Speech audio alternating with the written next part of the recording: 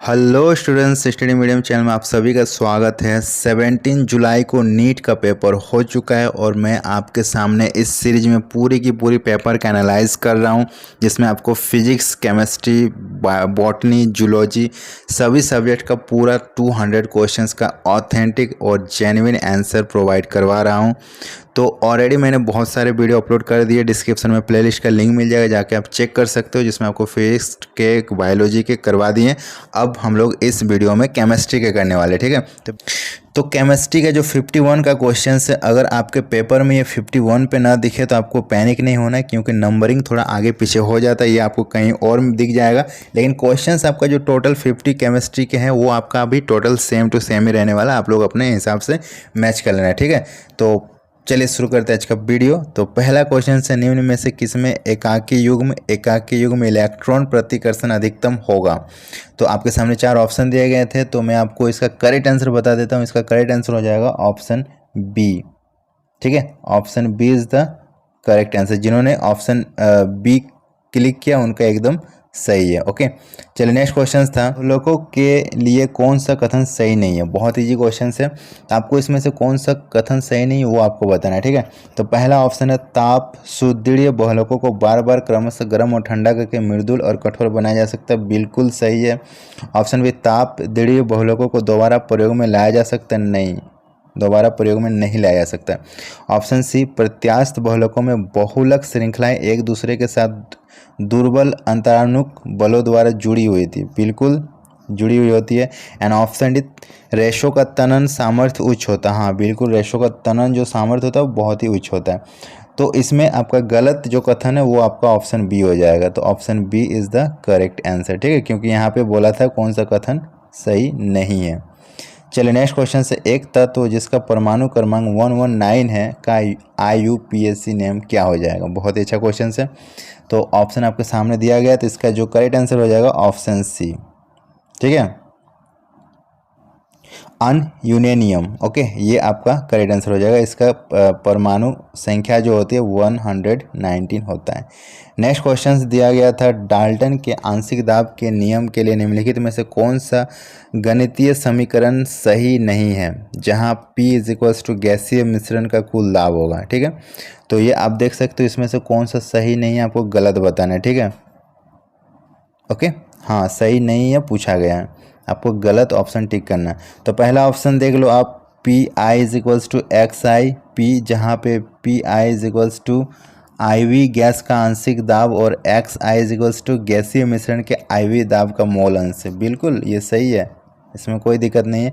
Option B क्या है, PI = XI PI not, जहाँ पे XI गैसीय मिश्रण में IV गैस का मोल अंश है, और यही तो गलत हो गया है ना। और PI जो है ना वो शुद्ध अवस्था में IV गैस का दाब है, तो ये बिल्कुल गलत है, ठीक है। तो हमें गलत फाइंड आउट करना था, तो हमारा जो ऑप्शन बी होगा ये हमारा सही हो जाएगा। चलिए नेक्स्ट क्वेश्चन की ओर बढ़ते हैं। नीचे दिए गए कथन पर आपको विचार करना है, ठीक है। 2 कथन दिए गए हैं और दोनों कथन पे आपको विचार विमर्श करके आंसर देना है। तो पहला कथन क्या, प्राथमिक एलिफेटिक एमिनो HNO2 में के साथ अभिक्रिया द्वारा अस्थाई डाईएजोलियम लवण बनाती है, हाँ अस्थाई डाईएजोलियम लवण बनाती है, बिल्कुल बिल्कुल बनाती है, ये सही है। दूसरा, प्राथमिक एरोमेटिक एमिने जो HNO2 के साथ अभिक्रिया द्वारा डाईएजोनियम लवण बनाती है, जो 300 केल्विन से अधिक ताप पर भी स्थायी होते, नहीं ये गलत है, गलत हो जाएगा। तो कथन ए सही है, कथन बी गलत है। हमारा ऑप्शन ए में आपको दिख जाएगा कथन ए सही है, परंतु कथन बी सही नहीं है। तो option A is the correct answer. चलिए नेक्स्ट क्वेश्चन से, एंजाइमों के लिए कौन सा कथन गलत है। बहुत इजी क्वेश्चन आ रहा है। ऑप्शन ए, एंजाइम्स पॉलीसेक्राइड होते हैं। ऑप्शन बी, एंजाइम्स किसी विशेष अभिक्रिया और क्रियाधार के लिए अति विशिष्ट होते हैं। ऑप्शन सी, एंजाइम्स जैव उत्प्रेरक होते हैं। ऑप्शन डी, रासायनिक उत्प्रेरकों की तरह एंजाइम्स जैव प्रक्रियाओं की सक्रियण ऊर्जा को कम कर देते हैं।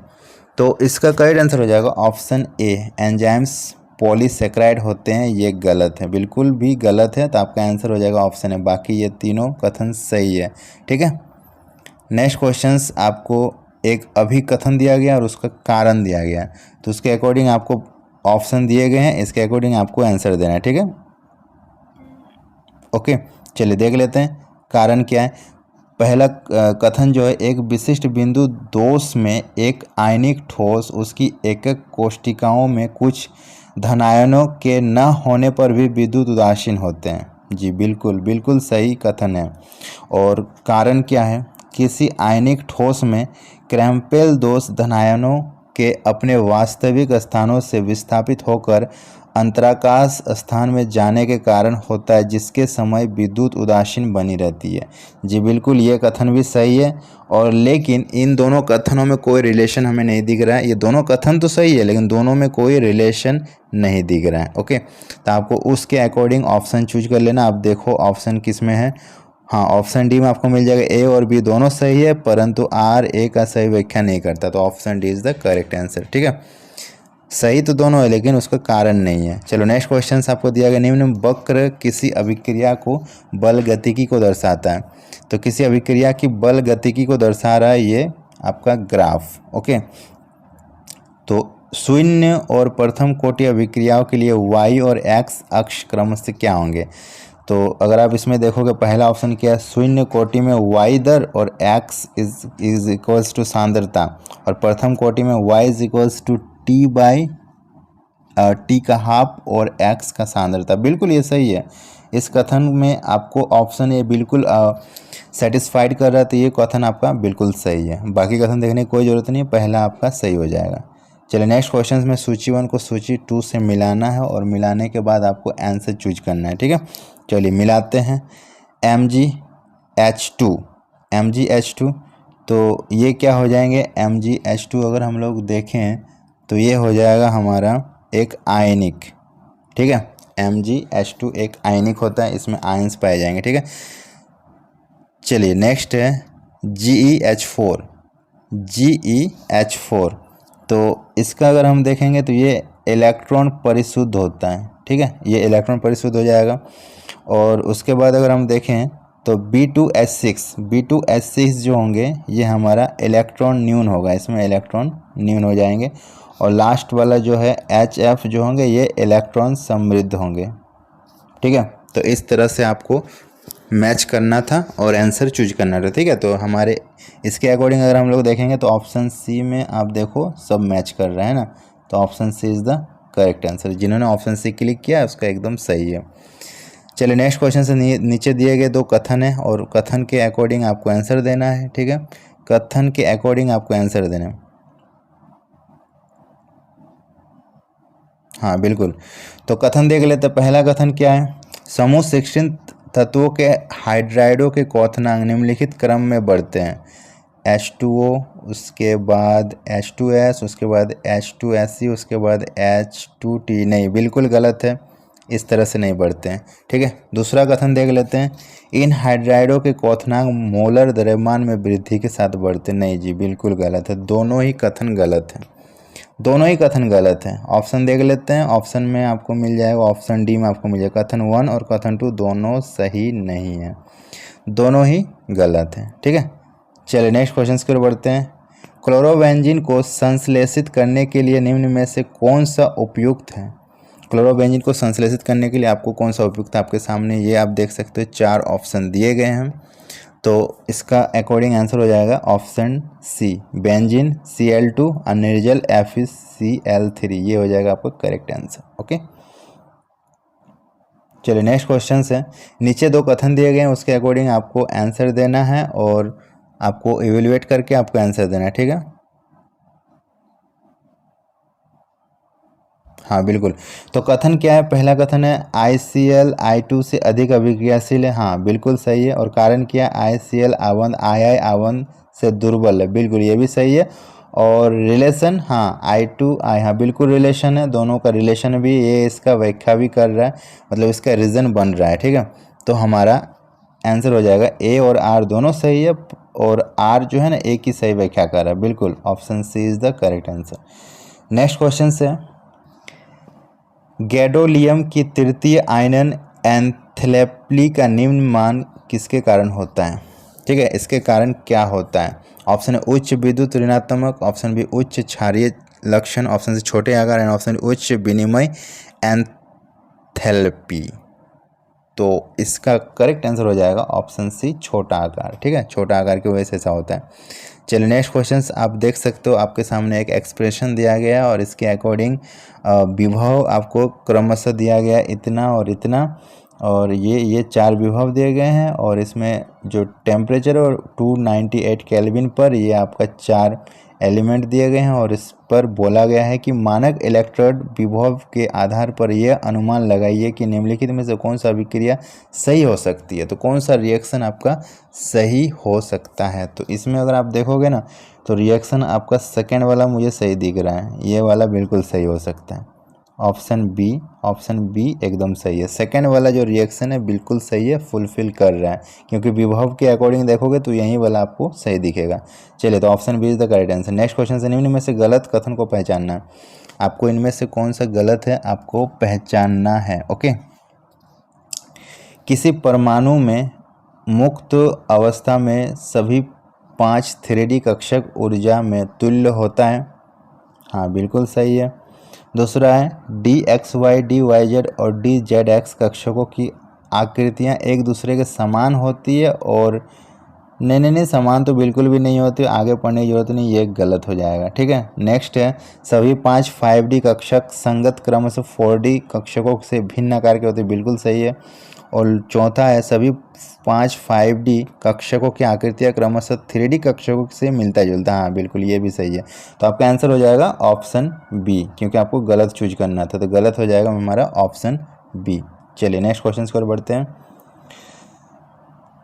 संकुल Ag whole H2O whole 2 AgCN2 का IUPAC नेम क्या हो जाएगा। ओके, बहुत अच्छा क्वेश्चन है। तो इसका करेक्ट आंसर हो जाएगा option B, diaqua silver डाइसाइनियोड एजेंटिड। ठीक है, ये आपका IUPAC करेक्ट नेम हो जाएगा। ऑप्शन बी जिन्होंने लगाया उनका बिल्कुल सही है। चलिए नेक्स्ट क्वेश्चन से नीचे अर्ध सेल अभिक्रिया दी गई है, ये आप देख रहे हो, ये आपका अभिक्रिया है और इसमें आपको बताना है क्या अम्ल की उपस्थिति में परमैंगनेट आयन MnO4- जल से O2 को मुक्त करेगा। तो इसका करेक्ट आंसर हो जाएगा हाँ, करेगा, क्योंकि जो ई सेल है ना वो हमारा +0.287 वोल्ट का है, इसलिए ये ऑक्सीजन को मुक्त करेगा। बिल्कुल सही है। चलिए नेक्स्ट क्वेश्चन से निम्नलिखित अभिक्रिया के अनुसार 0.5 मोल HCl विलयन के 50 ml को उदासीन करने के लिए 95% शुद्ध CaCO3 के कितने द्रव्यमान की आवश्यकता होगा। ये आपके सामने एक्सप्रेशन दी गई है और 10 मतलब अगर आप लोगे तो 2 स्थान तक आप ले सकते हो। ठीक है, option A 3.65 gram, option B 9.50 grams, option C 1.25 gram and option D 1.32 grams. तो इसका करेक्ट आंसर हो जाएगा ऑप्शन ए 3.65 ग्राम्स। ठीक है, चलिए नेक्स्ट क्वेश्चन से कायरलता के संदर्भ में कौन सा कथन गलत है, आपको गलत कथन को चूज करना है। ठीक है, यहाँ पे मैक्सिमम क्वेश्चंस देखा जा रहा है कि गलत चूज करने बोला जा रहा है, क्योंकि उसमें ज़्यादा कन्फ्यूज़न क्रिएट होता है। चलिए देख लेते क्या गलत होगा। पहला ऑप्शन क्या है, एनेंटियोमर एक दूसरे पर अध्यारोपित दर्पण प्रतिबिंब होते हैं, बिल्कुल गलत, पहला ऑप्शन ही गलत है। ठीक है, आगे पढ़ने की जरूरत नहीं, क्योंकि हमें बोला गया था गलत कौन सा है, तो एक ए जो है ना ये गलत है, आप ऑप्शन ए लगा दो, आपका बिल्कुल सही है, और बाकी ये तीनों सही हो जाएंगे। ठीक है, चलिए नेक्स्ट क्वेश्चन की ओर बढ़ते हैं। एक मोलल विलयन जिसमें किसी विलय के 0.5 मोल उपस्थित होते हैं, उसमें ऑप्शन ए विलायक के 100 ml होते हैं, ऑप्शन ए विलायक के 1000 ग्राम होते हैं, ऑप्शन सी विलायक के 500 ml होते हैं, ऑप्शन ए विलायक के 500 ग्राम होते हैं। तो क्या हो जाएगा, option D is the correct answer, विलायक के 500 ग्राम होते हैं। नेक्स्ट क्वेश्चन से निम्न में से कौन सा कथन गलत है आपको बताना है। ठीक है, पहला ऑप्शन है H2+ आयन में एक इलेक्ट्रॉन होता है, बिल्कुल सही है ये। ऑप्शन बी O2+ आयन प्रतिचुंबकीय होता है, प्रतिचुंबकीय ना, बिल्कुल गलत है, ये नहीं होगा। Option C O2 plus O2 O2 minus और O2 2 माइनस के आवंत क्रमशः 2.5 2 1.5 और 1 होते हैं, बिल्कुल ये सही है। एंड ऑप्शन डी C2 अणु में 2 समवृंश रेडियन आणविक कक्षकों में 4 इलेक्ट्रॉन होते हैं, बिल्कुल सही है। तो आपको गलत फाइंड आउट करना था, तो ऑप्शन बी आपका सही हो जाएगा। ठीक है, ठीक है। नेक्स्ट क्वेश्चन से सूची 1 को सूची 2 से आपको मिलाना है और आपको बताना है क्या आंसर हो जाएगा। ठीक है, मिलाते हैं। साइनोहाइड्रिन, साइनोहाइड्रिन हो जाएगा आपका HCN। ठीक है, तो ऑप्शन डी मैंने मिला दिया। उसके बाद एसीटेल, एसीटेल का हमारा हो जाएगा एल्कोहल, तो हमने इसको 3 मिला दिया। उसके बाद हो जाएगा हमारा सिप क्षारक, सिप क्षारक का हो जाएगा RnH2, ये सिप क्षारक हो जाएगा, तो ये 2 हो जाएगा। और उसके बाद है आपका ऑक्जिम, ऑक्जिम जो हो जाएगा NH2OH, मैंने मिला दिया, तो हमारा इस रेंज में आंसर आ जाएगा। तो आंसर क्या आ जाएगा? Option B. ठीक है, option B is the correct answer. सही कथन चुनिए, आपको सही कथन चुनना है। आपको कथन दिए गए हैं। पहला कथन क्या? हीरा Sp3 संकरित होता है और ग्रेफाइट Sp2 संकरित होता है, बिल्कुल सही है। तो आगे पढ़ने की कोई जरूरत नहीं, हमें सही कथन मिल चुका है और ये हमारा आंसर हो जाएगा ऑप्शन ए, बिल्कुल सही है। तो जो लोग ऑप्शन ए क्लिक किए उनका बिल्कुल सही है। नेक्स्ट क्वेश्चन से कथन ए कथन 2 है और उसके बाद आपको उसी कूट में आंसर देना है जैसे हम लोग अभी तक देते आ रहे हैं। ठीक है, चलिए। पहला कथन क्या है? एल्डिहाइडो और कीटोनों में द्विध्रुवन अन्योन्य क्रियाओं के फलस्वरूप दुर्बल आणविक सगुणन के कारण एल्डिहाइडो और कीटोन के क्वथनांक समतुल्य आणविक द्रव्यमानों वाले हाइड्रोकार्बन से उच्चतर होते हैं, या बिल्कुल सही है। नेक्स्ट, एल्डिहाइडो और कीटोनों के क्वथनांक समतुल्य आणविक द्रव्यमान वाले अल्कोहलों की तुलना में H आवंत की अनुपस्थिति के कारण कम होते हैं, जी बिल्कुल ये भी सही है। तो दोनों ही कथन सही हो जाएगा। ठीक है, तो ऑप्शन सी में अगर आप देखोगे तो कथन दोनों ही सही है, आपको मिल जाएगा। तो इसका करेक्ट आंसर हो जाएगा ऑप्शन सी। चलिए नेक्स्ट क्वेश्चन से, निम्न में से कौन सा PV वक्र अधिकतम किए गए कार्य को दर्शाएगा? आपके सामने 4 ऑप्शन दिए गए हैं, तो इसमें अगर आप देखोगे तो आपको सबसे ज़्यादा दिख जाएगा किसमें? ऑप्शन डी में। ठीक है, तो ऑप्शन डी इसका करेक्ट आंसर हो जाएगा। ऑप्शन डी वाले सबका सही है। ठीक है, तो इस वीडियो में हमने केमिस्ट्री के 51 से लेकर 75 तक क्वेश्चंस को सॉल्व कर दिया है। ठीक है, और आपका एक और पार्ट मिलेगा आपको जिसमें आपको 76 से लेकर 100 तक को सॉल्व किया जाएगा, जो कि नेक्स्ट पार्ट में आपको मिलेगी, जिसका डिस्क्रिप्शन बॉक्स में आपको डाल दिया जाएगा। ठीक है, फिजिक्स का हमने करवा दिया, बायो का करवा दिया, जिसमें बॉटनी जूलॉजी सबका हो चुका और केमिस्ट्री भी ऑलमोस्ट हो ही चुका है। तो सारे पार्ट को अगर आपको एक साथ देखना है तो डिस्क्रिप्शन बॉक्स में जाइए, आपको प्लेलिस्ट का लिंक मिल जाएगा, वहाँ से आप देख सकते हो। और अगर हमारा मेहनत आपको लग रहा है कि सही में जेन्युइन है तो आपको इस वीडियो को एक लाइक करना चाहिए और सभी के साथ शेयर जरूर करना चाहिए। ठीक है, चैनल को सब्सक्राइब कर लीजिएगा नीट का पल पल अपडेट पाने के लिए। मिलते हैं नेक्स्ट वीडियो में, तब तक के लिए बाय बाय।